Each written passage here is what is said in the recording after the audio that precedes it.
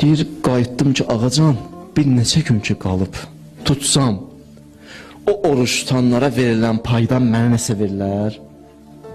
İmam cavab verdi, dedi, ya Salim, bir gün tutsun, axırı, bir günü. Allah sənə bilsən nələr verər? Dedim, nə verər? Dedi, can üstündəki bəzi insanlar çətin can alır, bir sözlə çətin can alırlar.